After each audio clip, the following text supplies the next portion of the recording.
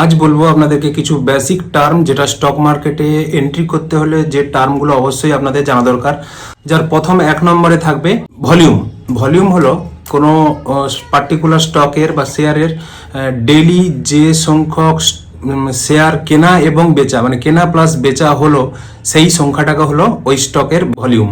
এরপরে বলবো breakout. Breakout হলো একটা নির্দিষ্ট টাইম পিরিয়ডের মধ্যে যে স্টকটা যে প্রাইসটাকে কোনোভাবেই পের করতে পারছিল না, সেই প্রাইসটাকে যখন পের করে দিল তখন সেইটাকে বলা হচ্ছে ব্রেকআউট। যেটা 6 মান্থসের ব্রেকআউট হতে পারে, 1 বছরের 52 উইকস ব্রেকআউট হতে পারে, বিভিন্ন মানে একটা টাইম পিরিয়ডের যে প্রাইসটাকে বেরোনোর জন্য 52 উইক হাই এবং লো। 52 উইক হাই লো মানে বুঝতে পারছেন কথার দ্বারা যে 1 বছরের কোনো স্টকের যেটা হাইয়েস্ট শেয়ার প্রাইস সেটা হচ্ছে 52 উইক হাই, এবং 1 বছরের মধ্যে যেটা লোয়েস্ট শেয়ার প্রাইস সেটা হচ্ছে 52 উইক লো।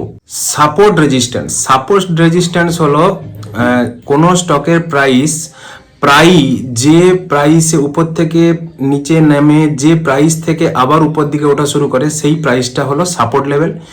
এবং কোনো স্টকের প্রাইস ক্রমশ উপর দিকে উঠতে থাকার সময় একটা নির্দিষ্ট প্রাইস থেকে আবার নিচের দিকে নামা শুরু করে, বারবার যখন এই সিচুয়েশনটা হয় তখন ওই যে প্রাইস লেভেল ওইটাকে বলা হচ্ছে রেজিস্ট্যান্স। মানে রেজিস্ট্যান্স বা রোধ, যেই প্রাইসটাকে কোনো স্টক পের করতে পারছে না।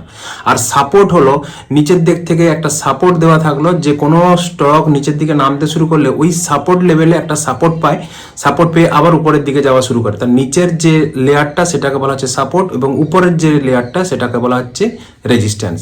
এরপরে বলবো ট্রেন্ড লাইন। ট্রেন্ড লাইন হচ্ছে সেই ভার্চুয়াল লাইন, যেই ভার্চুয়াল লাইনকে মেনটেন করে কোনো স্টক আপ ডাউন করতে করতে উপরের দিকে উঠে যায়।